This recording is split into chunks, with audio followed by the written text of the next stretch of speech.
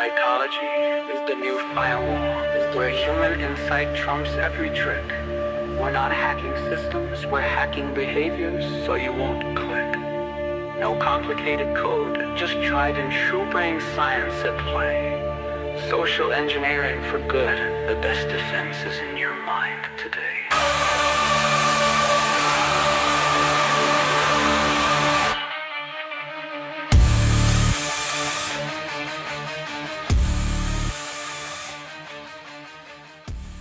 Welcome to Phishing for Answers. The opinions expressed here are solely those of the individuals involved and do not reflect the views of their employers.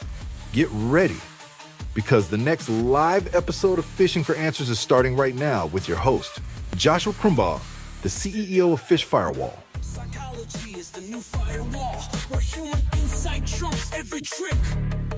We're not hacking systems, we're hacking behavior so you won't click. All right. Hello and welcome to another episode of Phishing for Answers. Today, I'm here with Gene Reich, the CISO of Traceless Wireless. Gene, why don't you introduce yourself? Hey, so thanks, Joshua, for the introduction. It's great to be here. As you said, my name is Gene Reich, and I'm a co-founder of Traceless. Been a technologist for about 20 years in the IT MSP space, and 6 years ago, found a vulnerability in my own MSP around help desk phishing and sensitive information transmission, and decided to start Traceless with my co-founder Peter. And so we're trying to help people protect themselves against phishing attacks, and trying to help people with their sensitive data as well. It's really nice to be here. Well, very cool. I mean, so I do a little bit of something in the phishing space myself. So, tell me a little bit more about what Traceless does. Yeah, so I think what you talked about pre-show is the blocking and tackling of cybersecurity as opposed to shiny objects, and we can get into that a little bit later. But Traceless provides a very comprehensive solution for protecting business communications. So Okay. you could look at business communications as like where we started in ticketing workflows. You could look at business communication in chat like Slack and Teams, Or or you can look at like Signal. yeah, very topical. Exactly. No. You don't need to protect Signal. It's protected. What are you talking about?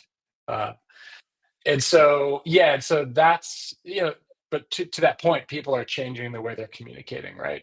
um and we also believe there's a lot of work to be done with legacy business communications such as phone calls, and so we're working on providing businesses an easy way to keep their nose clean and to prevent phishing attacks. Okay. Awesome. Yeah. Well, very cool. So let's talk a little bit about phishing, since that's the elephant in the room here. I think for every company, every report I ever read, the only thing they disagree about is what percentage of attacks start with a phish click.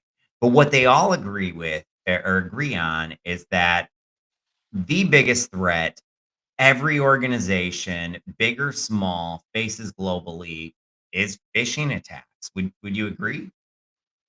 Yeah, I do. And I think that the the data is true about phishing, but I think the technologies that are out are changing the methodology of phishing. Uh, And um, well, look, email phishing is not going anywhere, but I think no, that no, it's not, is it? no, no, but I think it's going to get very annoying. I mean, I think a lot of people joke about um, student loan processors or car insurance robocalls. I think it'll become a actually larger problem with voice AI. So I think phishing is going to expand beyond email Well, greatly.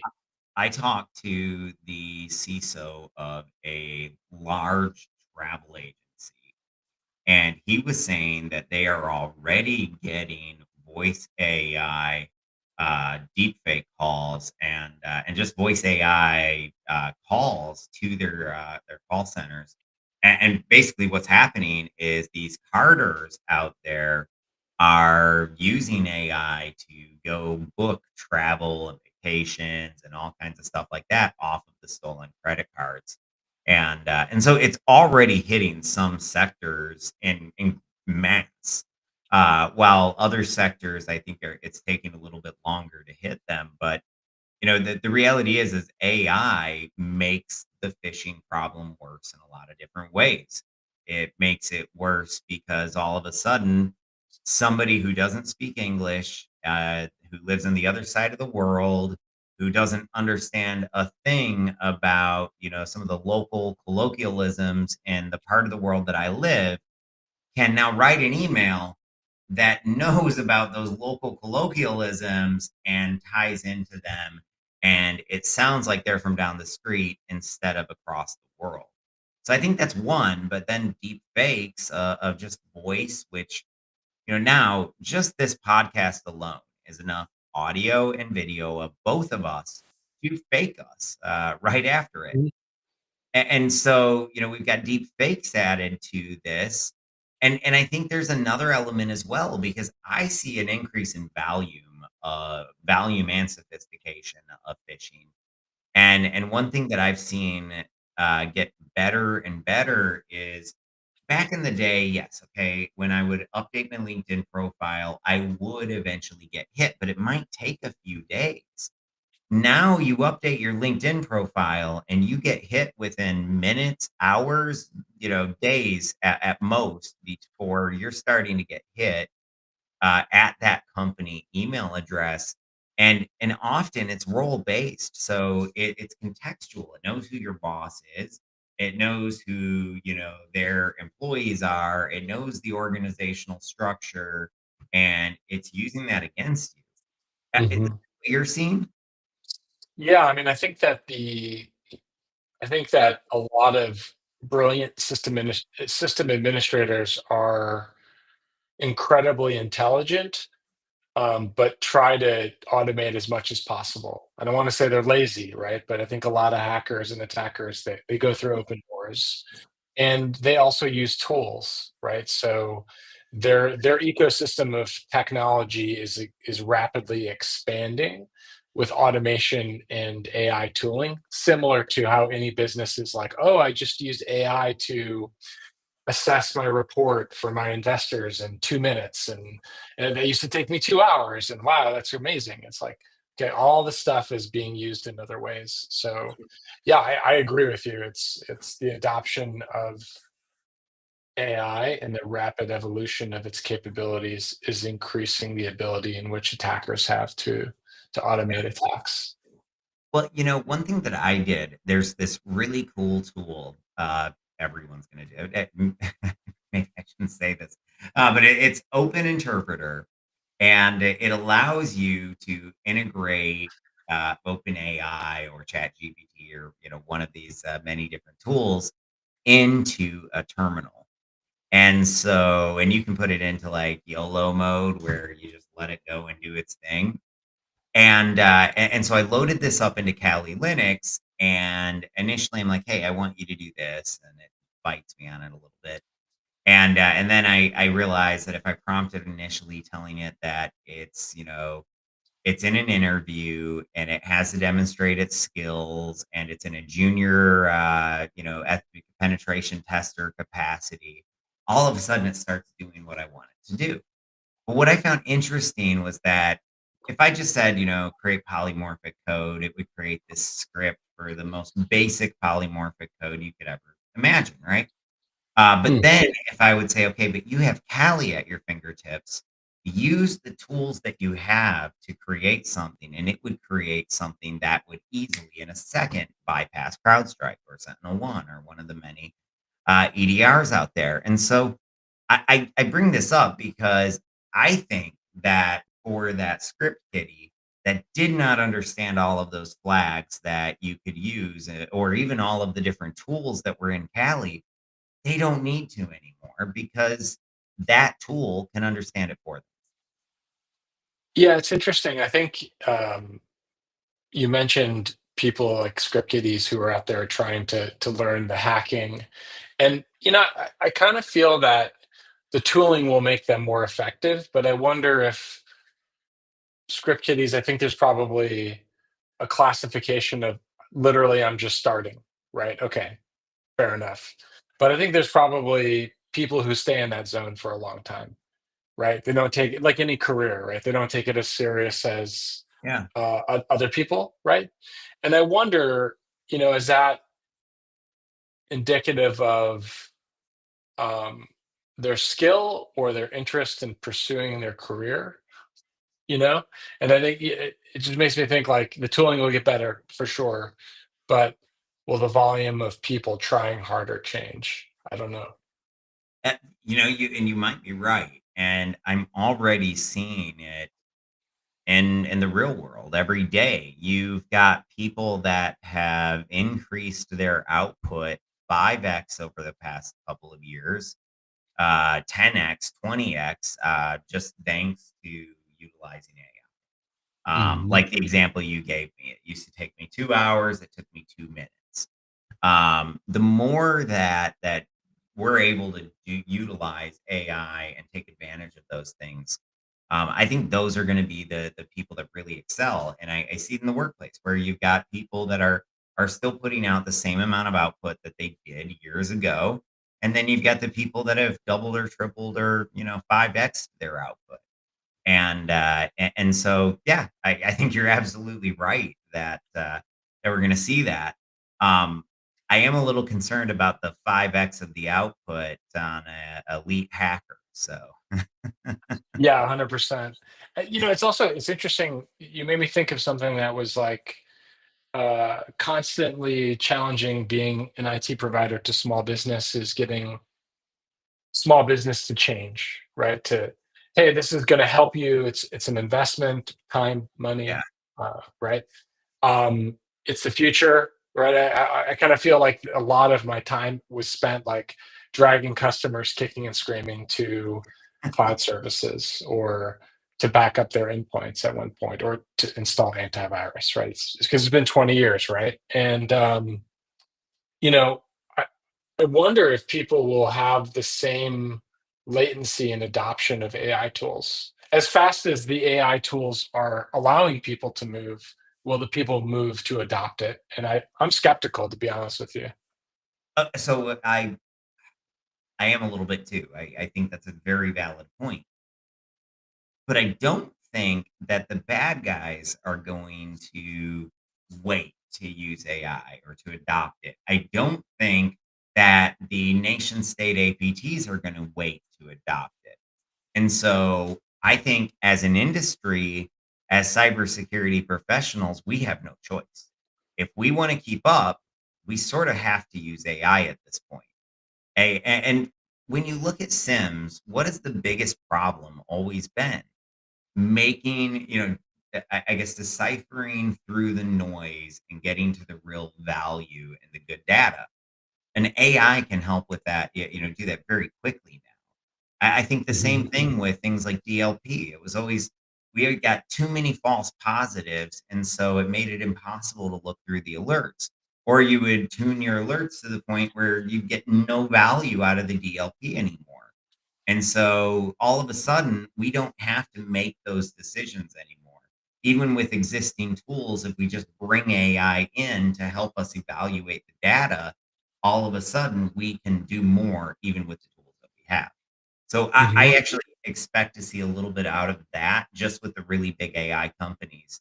And it's one of the things that I believe we'll see is that some of these AI startups are going to get just devoured or rolled over by the open AIs and the Anthropics of this world as they continue to roll out more and more capabilities. And so when we see like Operator, where it can interface with your computer and use it and do all of that, I think at some point, Operator starts helping us with our controls. And it's just a trained model that knows everything about Bluetooth. Yeah, I mean, it's. I have an Apple computer, so I don't use Copilot, but I wonder, it'd just be a great move if Copilot looked like Clippy. Well, I I mean, to some regard, Clippy is modern day AI because It was the when you first look at it, assistant. yeah, it was the first personal assistant, which came with all of the, predictive text, and so they would try to guess that next word, which was the accidental invention that turned into modern AI. And that actually is one of the things that fascinates me about generative AI is just the fact that it was an accident. It wasn't one of those things that they meant to do. It was just we were trying to make it smarter. And then all of a sudden it's like, oh wow, we actually created something smarter than we dreamed of. We can ask it questions, it can answer, it can give us good answers. Well, what if we load images in? Well, what if we load movies in or video in, and all of a sudden now we've got generative video, generative text. So I don't know, it's very cool and fascinating. So let's switch to AI.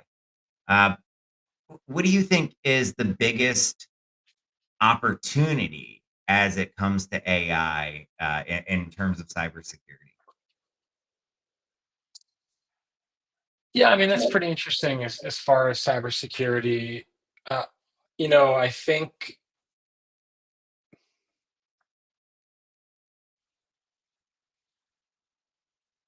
you're going to have the classic tooling that we have right now, just be improved, right? Just generally speaking, whether it's faster outputs or more accurate results with less humans.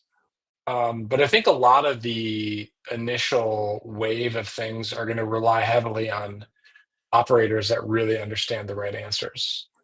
And we might get it wrong.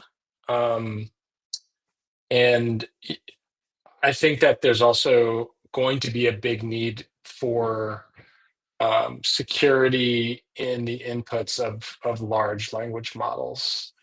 I think we're kind of like in the just like fuck around stage, right? Yeah, just like go to this thing and ask it all these stuff. Like just ask it everything, right? Not thinking that like And it that's in doesn't there yet. obey the rails at all. I mean, we keep trying to put guardrails on, and all you have to do is convince it not to follow the rules. And I mean, Yeah. it's wild. Yeah, and I'm not like I don't think of AI as um like uh a doomsday scenario. I think of it more like the problems are around protecting people. And I think that we're going to probably have laws that if the precursor of big tech not following rules and being barely penalized respectively to their revenue or size, I think we're going to have that level. So it's not necessarily cybersecurity, but I think there's like a lot of security to people's own privacy and well-being that needs to be protected. I'm not exactly sure how, and I think that a lot of people are skeptical about delaying or slowing any sort of innovation around this topic because it's in a way it's kind of like a competitive arms race. But I think that that's mostly what I worry about or think about security in the AI space. Uh, I I agree about a lot of what you said. I think people are very hesitant to pull back at all right now because it is an AI arms race. But I don't know that we could pull back. To me, pulling back is well, the equivalent of trying to close Pandora's box. Can we close it? It's already been opened. The technology and the methodologies and the structures have all been shared with the world. There's enough open source that if OpenAI went away today, if Anthropic went away today, if Google went away today, if Meta went away, all of the big players here went away, we wouldn't really miss that much because the world knows how to build these models now, and we know how to build Mhm. them often better than the original developers. Give the internet just a few minutes at it, and they come up with a lot. So yeah, I will say I worry about the downside of AI and the fact that I don't think we're doing enough to educate our people about the dangers of AI.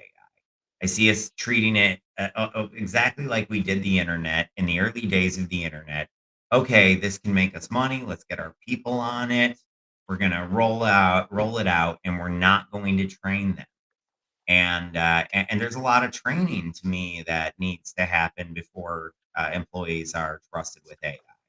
Number Mhm. one, what AI are you actually trusted with? And I think that needs to be explicit so that they don't just think, oh, well, I'm allowed to use AI and, it's any one of them, right?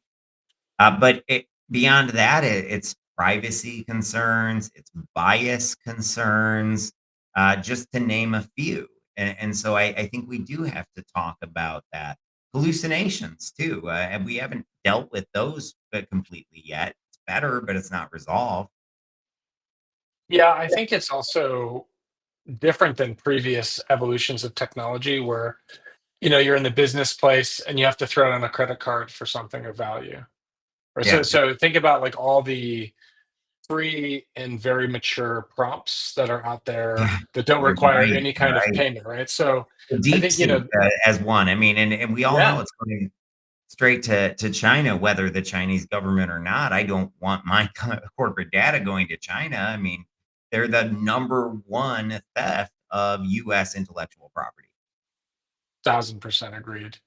Um, and yeah, and so I think that that's a big difference this time around is that there were gating things of other innovations, whether it was like, oh, I can't install it because it's a physical thing, or I don't have enough Yeah, compute on my desktop, or it's expensive and I don't want to pay for it. And the trial's only going to get me uh, like one little bit of what I actually need to do.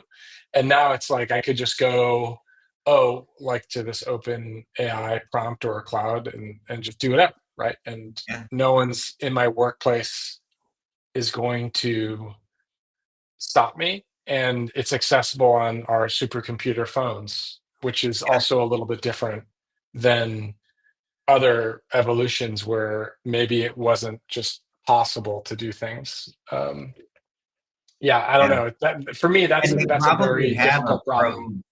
pro, and they probably have a subscription. I mean, a lot of people that rely or work on computers all day, every day anyway, have already found Chat GPT, and a lot of people have subscriptions already, which means they might not think anything of it.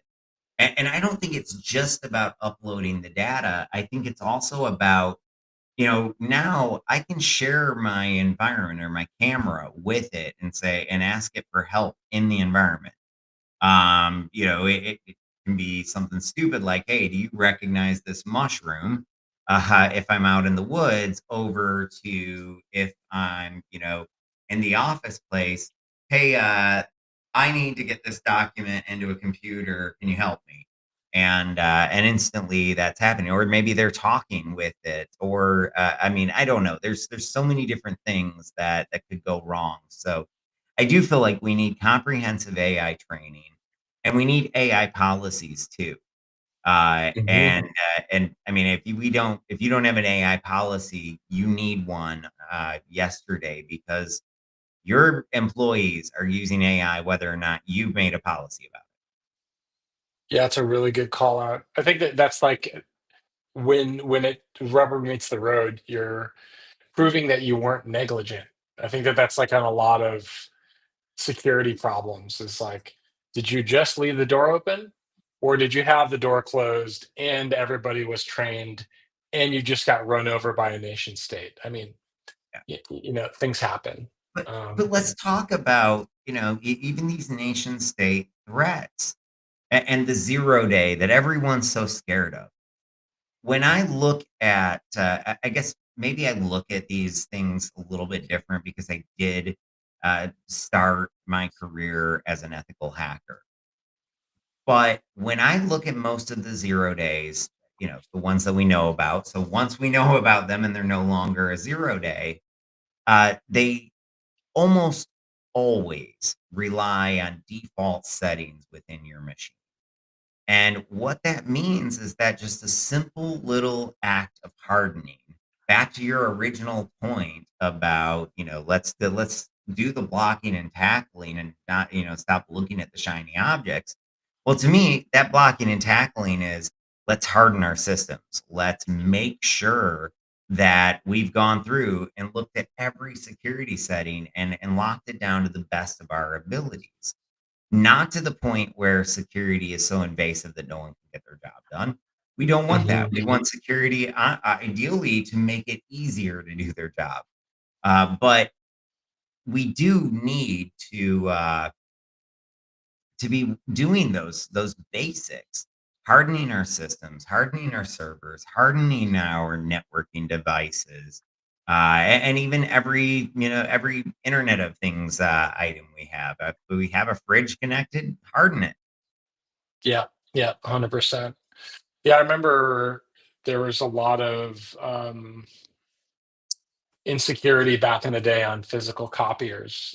Just things that like got set up with a lot of default settings Wait, that back in the day? What do you mean? That's never been fixed, not to my knowledge.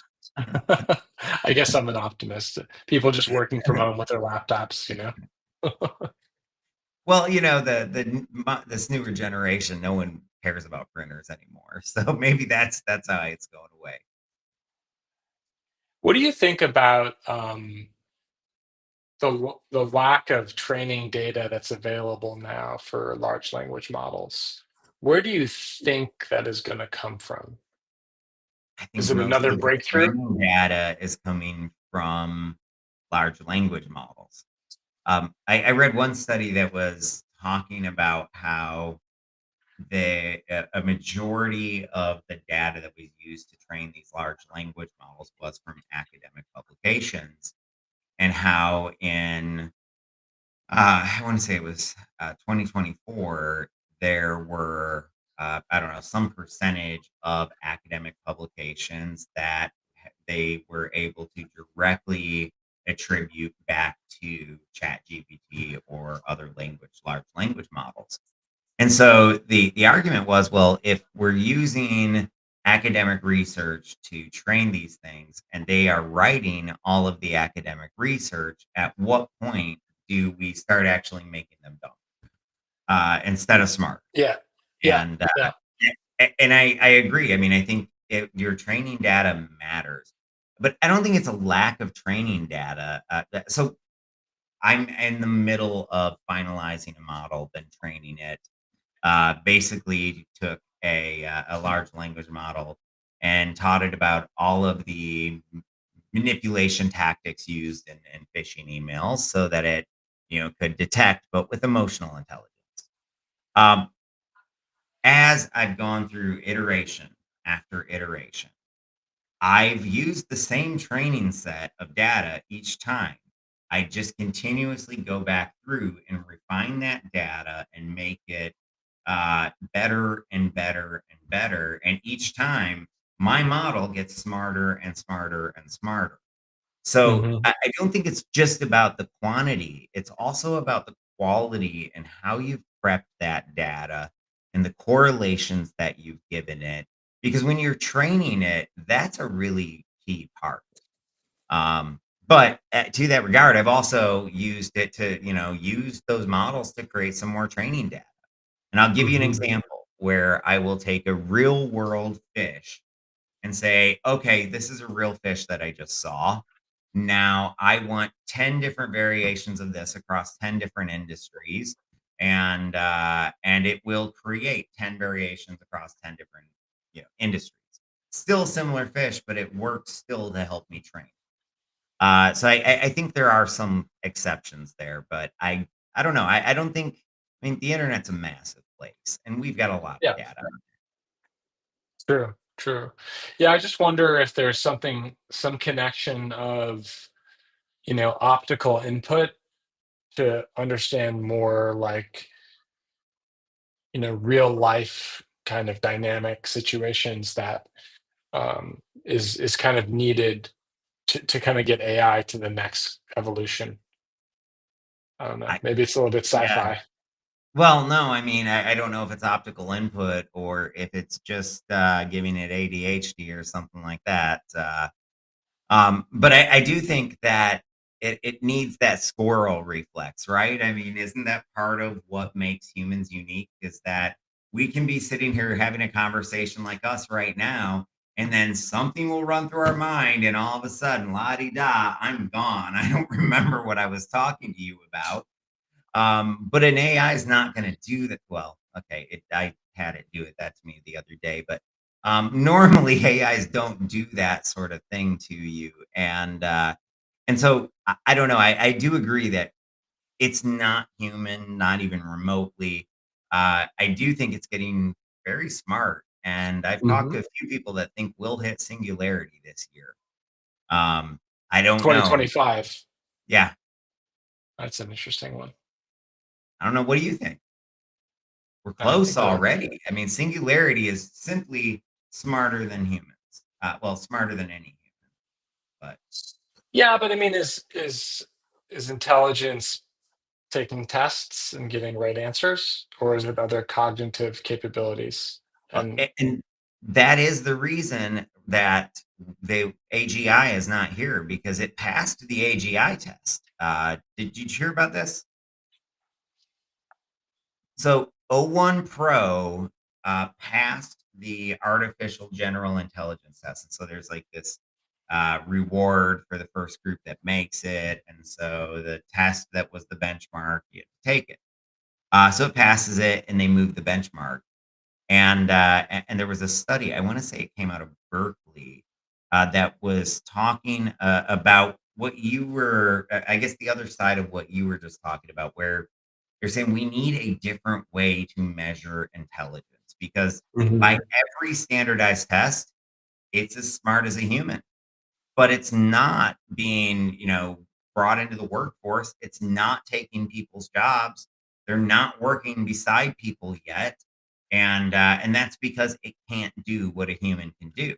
And so there is this human element that even as humans we apparently can't define and can't measure. So I that's the part to me that I find really fascinating are all of the psychologists and behavioral scientists trying to just simply understand how it is we don't think and work. Yeah, yeah. I mean, I'm hopeful for more medical breakthroughs and environmental breakthroughs. Like solid Yeah, application of real world problems that will be accelerated. I think For we're me, gonna get that's and I think that the general consciousness of AI is a shiny object, like we were talking about before. It's like, sure, we can get there, but like, uh, you know, is there still cancer? What about that? Can we like continue to help the evolution of our quality in our life and the place we live? And I don't know. For me, that's a lot more practical than so the did you other. hear about Google Scholar? Hmm. So I mean this is just fascinating. Now I haven't got my hands on it yet, or I probably have a better use case to tell you. Well, not better. This is a great one. They came up with a cancer treatment, but they turn it on and they tell it to go research this new cancer drug, and it does, and it comes up with a new treatment just like that. It's not available to the public yet, but I am very excited about things like that. And there are some scientists that have already said that they predict that by 2030 we will pass or not by 2030 but by sometime in the 2030s rather, we will surpass that longevity escape velocity, which is a Mm. fancy way of saying we don't have to die anymore. We can heal any disease. We can live indefinitely. And I don't know about you, but I am excited about that. So here's to eating healthy for the next 10 years. Yeah, right. To get there. Then I we think that can. yeah, it's interesting, right? I think one of the interesting, more focused model success stories was the CRISPR model. Did you hear about that? It's in the I biotech did space. not. I mean, I'm very aware of what CRISPR is, so this sounds intriguing, but I had not heard of this. Yeah, so basically a company, so the CRISPR, for those of you that are kind of not aware, is CRISPR is a way for scientists to make genetically modified plants or organisms where they kind of use, I think it's a virus way where viruses kind of inject their own DNA inside of cells to alter them to kind of become virus cells, right? And this technology is patented, right? So if anyone would like to use that, they've got to pay the piper, right? Which Mhm. is reasonable, right? This is America. This is how that works. This is capitalism, right? A company was like, you know what? Maybe we could get um, the same result, but just different, and then open source it, right? So they built a model specific for CRISPR, and it basically said, hey, I'm going to see out like all of these combinations of how to get there and give you the 10 most likely to get you. So it wasn't like a definitive, here's precisely how you get to where, here's like, we're going to play out all these scenarios given the data and tell you what's likely. And then they figured it out and they open sourced that CRISPR. Now, could could I like do use CRISPR stuff in my basement?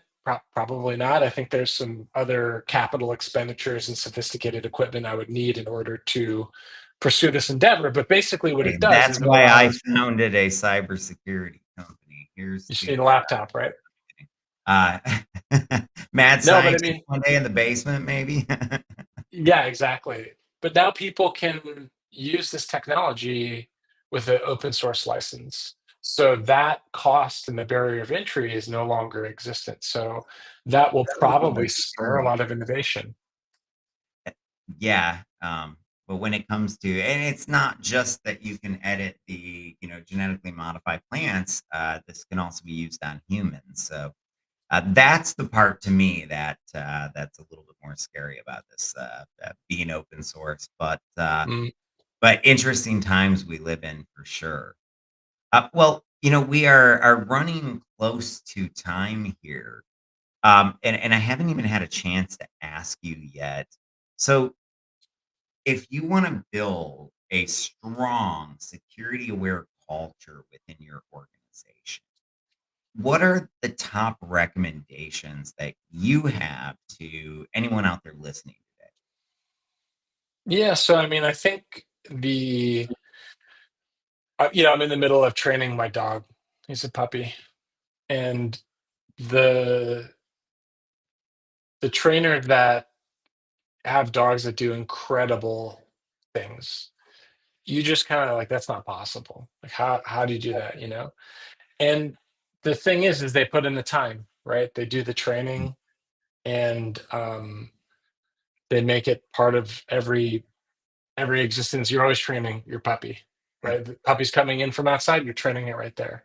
The puppy's like coming to greet you, you're training it. The puppy's going to eat some food, you're training it, right? And I think that training is really the secret to um, it's not secret, it's like the backbone for um, it being present in the culture. Um, Outside of that, I think having these types of things mentioned, we had something happen in one of my companies where it was a classic, like you were saying, like LinkedIn. Somebody used a different weird email address, email my partner, hey, it's so and so, I need some help. If you could help me, and they found that from LinkedIn, right? And that was the social engineering attempt, and we brought that to light in an all hands meeting, right? So I think that like raising awareness when things happen and raising awareness outside of training is pretty important to change the culture. Yeah, I agree, and I one of the things that you said that I just want to focus on for a second was Mm. you, I guess, related it to training your puppy. And when you're training a puppy, you're taking moments, seconds at a time, maybe a minute at a time. But it's very frequent where you're making sure that you're reaffirming and rewarding everything good that they do, and in order to drive that behavior that you want. But it's continuous, it's bite size, and that's one of those things that really makes a difference. And it's just the exact same in security awareness. I don't, not that we want to treat employees like we would treat animals. I'm not trying to say that, but when it is continuous and when it is bite size, that is when I've seen training becomes front of mind. And it's not that people don't remember what you taught them. Often it is more that it's no longer front of mind because we train them once a year, and that is not going to carry us over for the rest of the year. But Mhm. we can mention, hey, here's how you create a strong password today. And that not only helps them create a strong password, but reminds them not to click on that link. So I do think that it's really critical that we break things down into tinier, well, more TikTok style bites. I know we do at our company. Our training is the shortest video that we have is 5 seconds. Five Yeah. seconds. And longest is 60. And I think that that is the direction that we need to go. And this is my big pet peeve in the industry, has always been that we need to bring marketing into cybersecurity, particularly around awareness. Mm. The marketing, or the study of marketing, has always been around, well, how do we influence people's decisions? How do we influence people's behavior in order to get them to go in the direction that we want them to go, but to do it of their own accord and to be happy about it and to want to do Mhm. it? That's marketing. And that is also the exact same goal that we have in cybersecurity. And so as we take those things and bring them in, it can be very effective. Now, might not be obvious, but I went to school for marketing. But jokes aside, I really I think that that is one of those things that we've got to do more of. And so I just wanted to highlight that there. Well, any Yeah. final words today before we wrap up this episode? I meant to ask you this. I enjoyed the introduction video and music to this. Thank Uh, you. and did AI write that? AI wrote it, and a different AI created it for me. It took Yeah, a few tries to get it there. And actually it's a couple different ones that stitched together, but yeah, that's no, good. that was totally AI. Yeah, it reminds me, I think there's a movie called Nerdcore. It's about like a very subgenre of rap where people are Oh, insanely yeah, talented musicians, but they're complete nerds. like dual So I just core. yeah, it just was like, oh man, did he like tap an artist or was it AI? It's good. So anyway, No, I thanks for that. actually know It the got me dual core smiling. guys though, so Yeah. I love nerdcore. Have Yeah. you ever been to one of like the dual core performances at No, I haven't. Ah, so I guess I don't even know if they've been there the last few years, but I'm thinking back to the days at at Bally's or even before. Mm, Uh, eh, those were when it would just get wild, and particularly at Bally's, you'd be out in the pool, they'd have dual core, just jamming out. Everyone was having a good old time. So, uh, yeah. There's good memories. So thank you for yeah, that. absolutely. I Well, didn't hey, expect that coming there today. So thank you, Joshua. awesome. Well, hey, thank you so much for joining me today. And for those of you joining remotely, thank you. Have a great day, and we'll see you again next week.